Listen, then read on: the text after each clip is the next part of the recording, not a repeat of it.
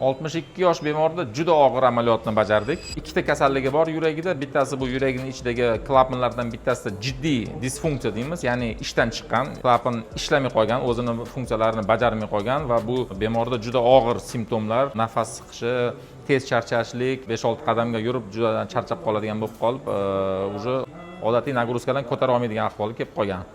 Ikkinchisi, yuragini qon tomirida, 3 ta qon tomiridan bittasida jiddiy torayish bor edi. Bu tekshiruvlar vaqtida chiqib keldi.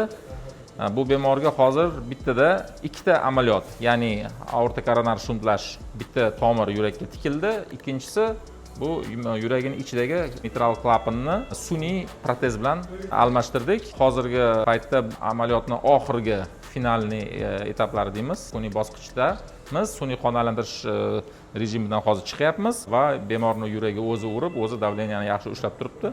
Xudo xolasa bundan buyog'iga bemorimiz simptomlardan ozod bo'lishi kerak va uni hayoti cho'zilib va sifatli bo'lishi kerak. Agar sizda ham klapan yoki yurak qon tomirida muammolar bo'ladigan bo'lsa, mana shunaqa amaliyotlarni biz sizga bemalol bajarib bera olamiz.